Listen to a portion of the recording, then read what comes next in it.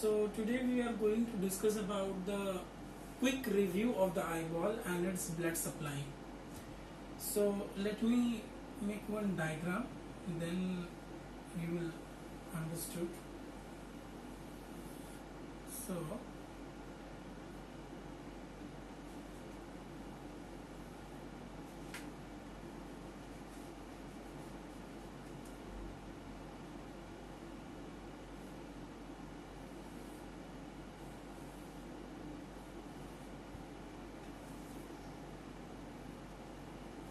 So the eyeball is consist of a different coats. So the first thing is the outermost covering, which is the hardest part of the eyeball, is called sclera. So this thing is sclera. Okay. Now when we go from the outer side to the inner area, then we have another coat here which is called choroid. So in the choroid,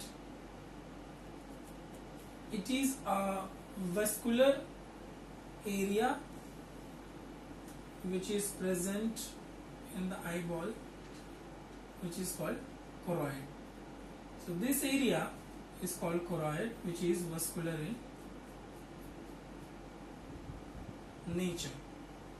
So the choroid in the foremost area is going to be a finger-like projection, which we say a iris and a ciliary body.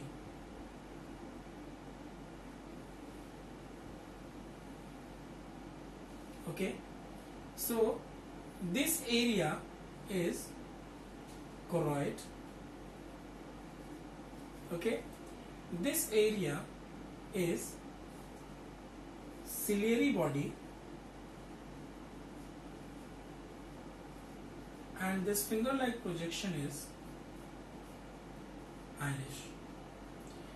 So sclera is consist of a fifth-sixth of the eyeball, which is the largest area to cover the eyeball and provides a protective covering from the outside to its inner contents.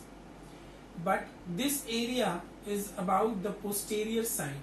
In the anterior side, we have a cornea, which contributes the 1/6 of the area and protects the eyeball from the front side. Okay, here the choroid and the ciliary body and the iris combined called uveal tract. So iris plus choroid plus ciliary body collectively called uveal tract. Okay, now this choroid, which is vascular in nature, going to be thick in the front area, and the finger-like projection, which we call as iris, is present all over the 360-degree. In between there is a central aperture, which we call as a pupil, from where the light rays will enter.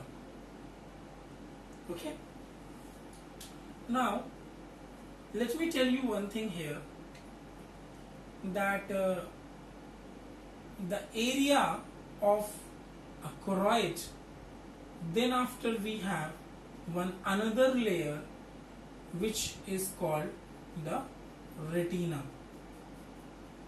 So retina is present up to this area. So the retina means the pigmented or you can say the photoreceptors, rods and cones, which will suddenly abrupts here in the area which is called ora serrata. So ora serrata is the junction from where the retina will end up. Behind the ora serrata, the retinal or the rods and cones photoreceptors are present, but when it comes to an area of ora serrata, the photoreceptors abruptly terminates here. So this is the junction of ora serrata, which will separates the retina from the anterior area. Okay. Now one thing more here to understand, that all the optic nerves which will pass through this optic disc area. So optic nerves are passing through this optic disc area to the visual cortex. Similarly, we have a very important another thing which is present here in between is the crystalline lens. Crystalline lens is very happy because it gets its nourishment from the posterior side also and from the anterior side. And the gap which is present here is called vitreous humor. Vitreous humor. So vitreous humor is a jelly-like substance which are made up of proteoglycans which are present in this area, and it provides the nourishment to the lens. The aqueous which is derived from the ciliary body will also gives the nourishment to the lens, so that the lens is very happy. So here all the part contributes its very significant role in the complete optical component of eyeball and maintains its transparency. Now this is the quick review of the eyeball that is explaining in this diagram that this is the cornea, this is iris, this is sclera, this is choroid, and this is retina, this is optic nerves, this is vitreous, this is lens. So this is all about the eyeball anatomy.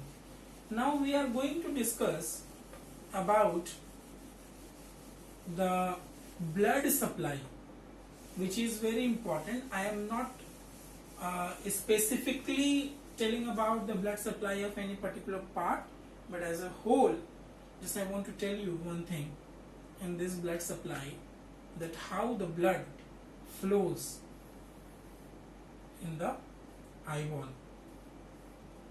So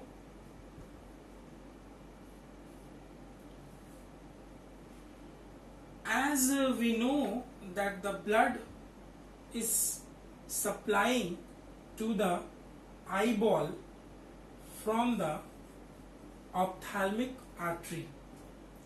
So ophthalmic artery will give the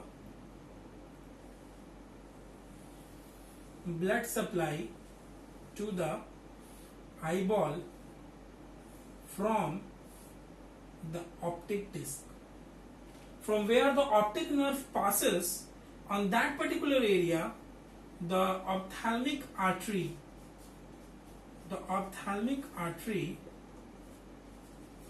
passes the blood to the eyeball.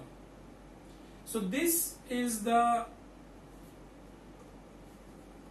part which is called CRA, that means central retinal artery, number 1.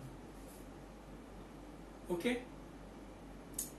Now the another arteries which are supplies blood through the ophthalmic arteries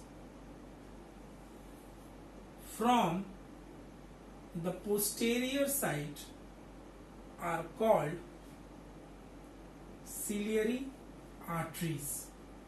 But one thing here to understand, that these arteries which are supplying blood to the posterior side of the eyeball are called short ciliary arteries. Number 2, because they are very short in size, as they are supplying only to the posterior area.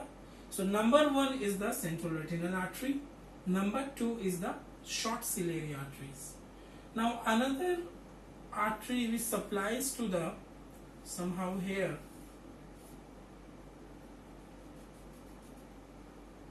the blood from the ophthalmic artery are known as long ciliary artery, number 3. So central retinal artery, short ciliary arteries, long ciliary arteries, these all will contribute and supply blood to the eyeball. So major branch is the ophthalmic artery, from where it will distribute into the central retinal artery, short ciliary arteries and the long ciliary arteries, which will provide the blood all over to the eyeball.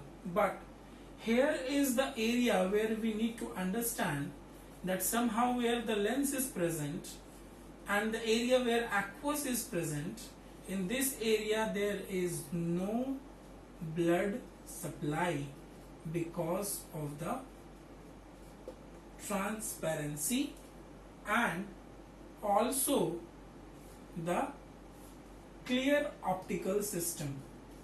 As we know that the eye is a complete optical system, so the clarity of the optical system will only maintain if in the path of the light ray the blood will not present. So here there is no blood supply because of the clear cut pathway of the light rays which will strikes the retina, and this ophthalmic arteries, which is a part of a carotid artery, gives a supply to the eyeball at different areas through their central retinal arteries, short ciliary arteries and long ciliary arteries. Okay, so hope you will understood everyone that blood supply and having a review of an eyeball, that actually the what is the eyeball and what are the parts inside it. Thank you.